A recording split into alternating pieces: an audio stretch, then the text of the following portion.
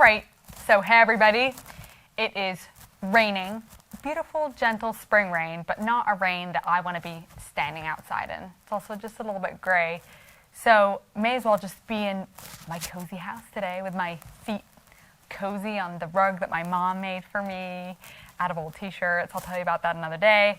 And just show you my bookshelf. So to start out with, so I have my kids' toys here. I do like the toy rotation. So right now we have the Duplos and monster truck, fire truck with like a string that Chris tied on for Branson, and it usually has a paper clip and it like hauls things along. Other trucks, very fun. String on a fire truck. Other fun things. Anyway, oh, this one's really fun. A puzzle. Branson got this from one of his friends. Like he'll do it like 4 times in a row, and every time I have to come see it done. So that's always fun. Okay, so bookshelf. First off is an old Betty Crocker cookbook. Actually, I have no idea where this thing is from. Somebody like fixed it up. Well, I guess it was falling apart. Then somebody fixed it up and put like huge big clips on, and the pages are all falling out. But you know what I think about an old cookbook? Must be good because it's been well used and well loved. So I use this. There's some really good recipes. I always do the angel food cake recipe out of here, and it's very good. Because, you know, Googling recipes, like looking up recipe like on Yumly or Tasty or whatever, these old recipe or whatever, I mean, it's great, but I like the paper. So then the next book is Baking for Today, and I actually just used this yesterday. I made the classic banana bread. Oops, it's falling apart. But instead of doing chopped walnuts or pecans or almonds, I did almond meal, and I did a cup of roasted almond meal, and it was insanely delicious. So you gotta try that out. The next one is the meat eater, and this is a gift for my sister Jen, for Chris and me. One thing that I love about this is just the artistry of this cookbook. There's just phenomenal photography. So while, here's a little disclaimer, I've actually never used this book as a cookbook. It's just as a coffee table book, which seems a bit of a shame, but there are some phenomenal photographs in here, which I just love. Oops, can you see that? I just really love photographs of food. I just think it's beautiful. Well, and this, of course, too. So beautiful scenery, and just the feeling of the book and how it's designed is gorgeous. Okay, so then I have some yearbooks. So first is Chris's yearbook. We'll post it. He graduated in 2007. He went to school in the Catskill Mountains. His picture is very embarrassing, so I will not show it to you. But it's fun for me to like see who his classmates were, and like he just loves looking at it and telling me stories from high school and like talking about his friends and stuff like that. So anyway, Chris's yearbook.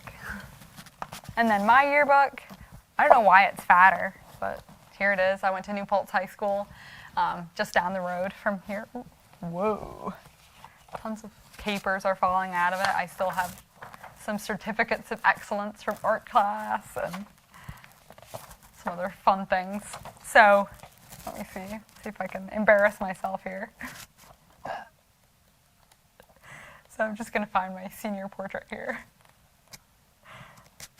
so I can really come clean to you what I was like in high school. There she is. Can you see? So I guess it's pretty normal that every high school has Spirit Week, right? And for those of you who don't know what it is, every day, Spirit Week, you show your school spirit. By one day, you like come in your pajamas day, action-themed day, tie day, you know, matching day, twin day, whatever. And then on Friday, it'll be school color day, and then that evening is the football game, the homecoming game, which is always fun. Okay, so I was a little bit shy about dressing up and stuff in high school. Believe it or not, I was actually kind of quiet and stuff in high school. I was loud when I was around my friends, but like quiet in public, which is probably normal. Maybe not. I don't know. Anyway, so my best friend was like, hey, Laura, we should totally do Twin Day. Can I borrow some of your clothes? So I said, sure, of course. And I found a matching set of like a pink shirt and a pink skirt. So here we are. We made it into the yearbook, which I was really proud of.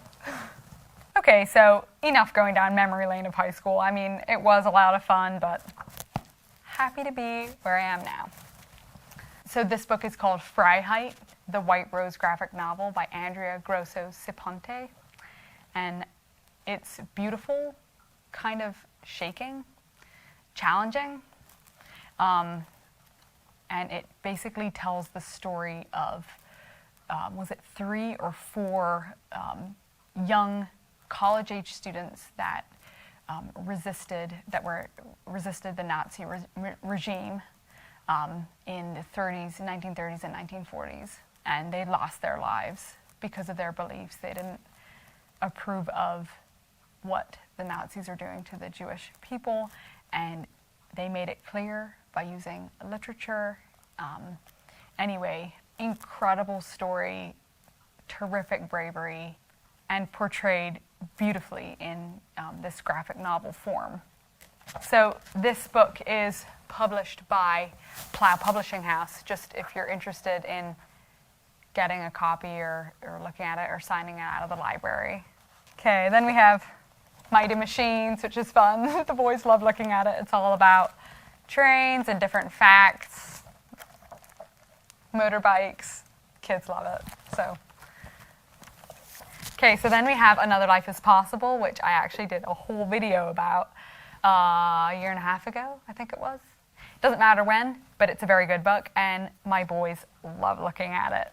And their favorite page, page 264. I'll find it for you right now.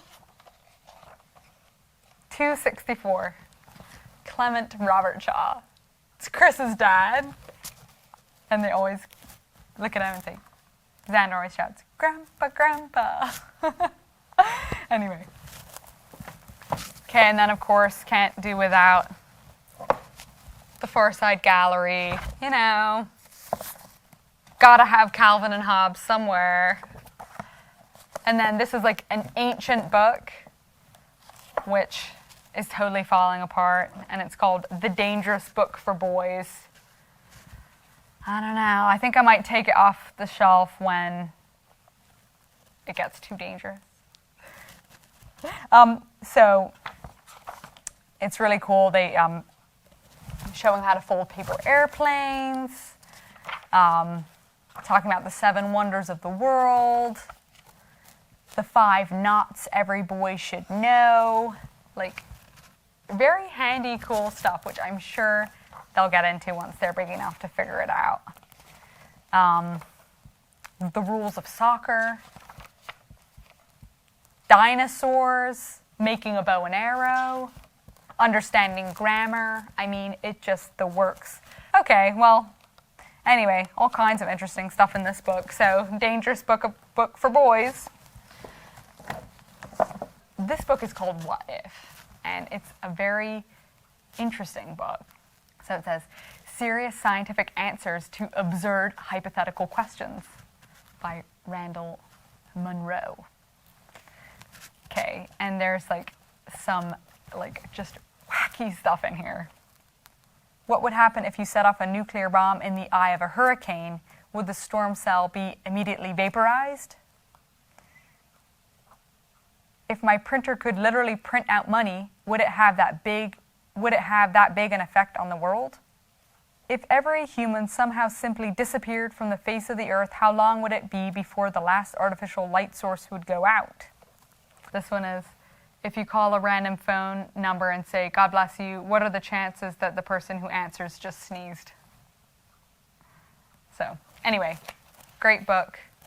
Fun for conversations. I pick it up when I'm bored. And then, so then here is, this is actually a family heirloom. This is one of my favorite books. Of course, because it's the Bible, but also just because it holds so many memories for me. And I know I've said in some of my other videos how growing up my family spent a lot of time together, like in the evenings after my dad and mom got home from work. We came home from school, we would, play, we'd eat snacks, we'd do whatever, have a dinner, but always before we went to bed, we'd sit together in the living room and sing some songs, and my dad would always read from the children's Bible. So here it says, Christmas 1994, so I would have been 1 year old when they got it. And I can just always hear my dad's voice reading these stories. Like even when Chris reads it now to our boys, I'm like, I just know those stories. So bringing back many memories and, of course, hoping to pass them on to my boys as well. So then we just have a bunch of kids' books here. Some of them are a lot of fun. Like, I love Charlie the Tramp. This is like a childhood memory for me. It's about this little beaver that doesn't want to be a beaver. He wants to be a tramp. Oh, well. It's really, really cute, and he goes off with his like a little stick with like a little bundle, a handkerchief with good and plenties, and what is the other thing? Fig Newtons. Anyway, so I remember when I was a kid, we used to have a Charlie the Tramp day, and everybody would, I think we were like all the 5-year-olds, so we were like kindergarten age, and we would get a stick with a little handkerchief and a bundle of snacks and go like walking out like half a mile to like a field and pretend we were being Charlie the Tramp. So fun, so cute. Can't wait till Branson does it with his group.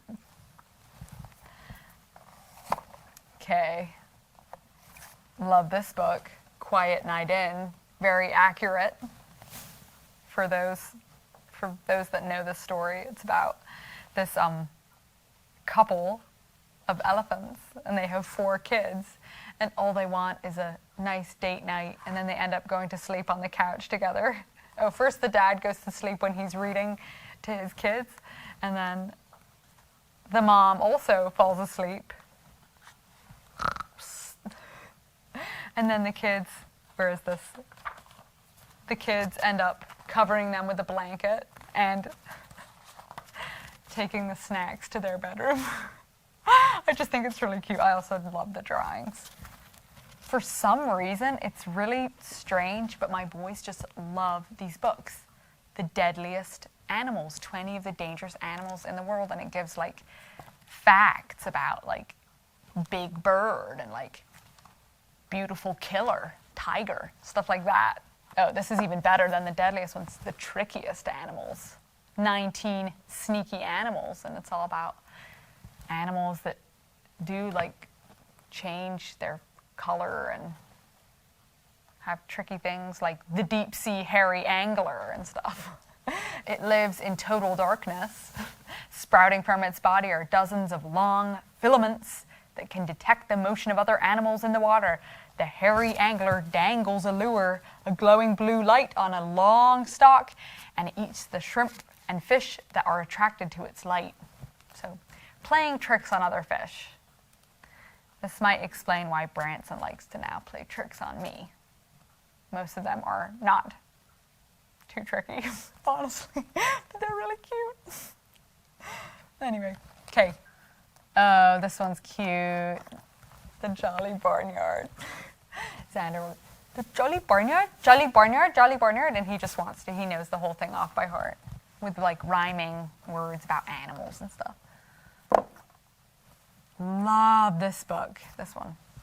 The Sleep Book. So, do you remember back at Christmas when I read to you a book, a Christmas book about the holiday horning press about Santa Claus? Well, the same authors from the Holiday Horning Press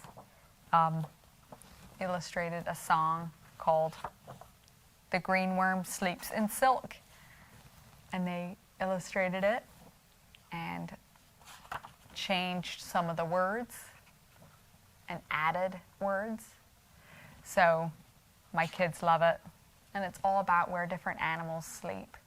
Like penguin sleeps on his father's feet. The worm sleeps in the ground.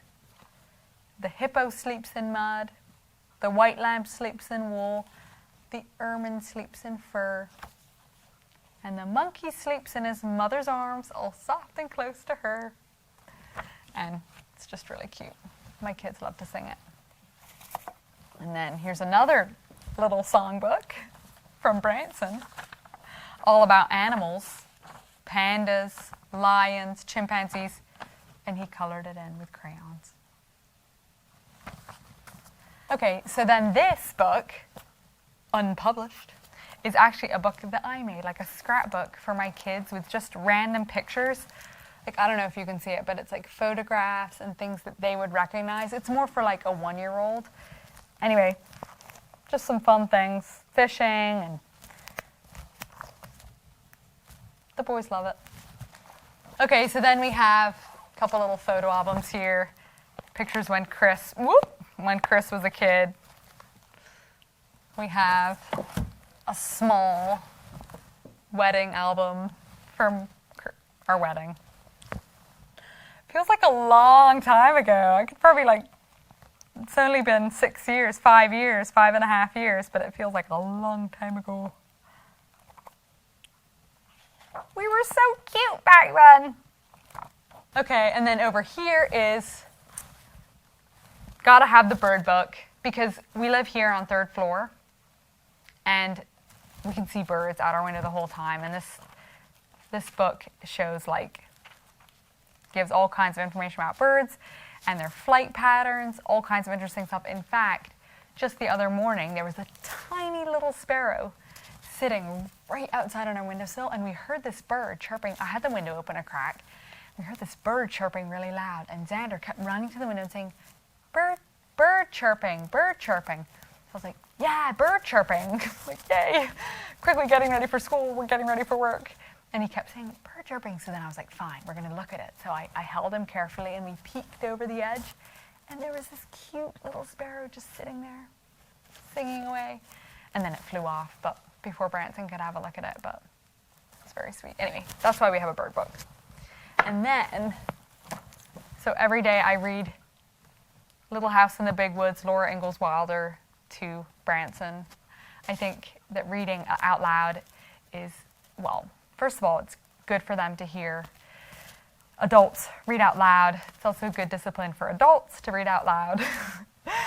And it's a special time that we can have together. So we'll have a little snack after he gets ready for his afternoon, after our lunch, and we read together. And it's a special time for us. So we'll be working through the Laura Ingalls Wilder series. And then, just have to show you the favorite part of my bookshelf. I found this stash recently. So back here is where this is Branson's secret hiding place. And back here he hides all his favorite things, like a duck, M&Ms. I think these are still from Christmas.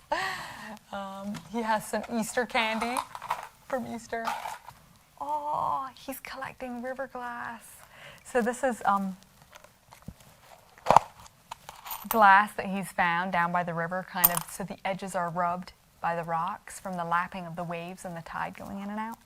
So he has a little collection of river glass. I always see him pick. So sweet. All right, so there you go.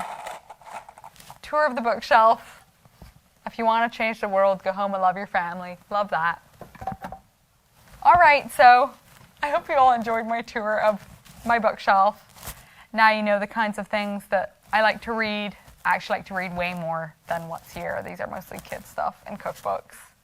I hate the excuse that I don't have time to read, because you always can make time for things that you want to do. But the things that I want to do, like really, really badly, are higher on my list than reading. So I don't do as much reading as I would like to. But if you do have any book recommendations for me, I'd be very interested. So write in the comments below, and if you want any more information on any of these books, I'll be happy to write back. And I will see you all next week. Bye.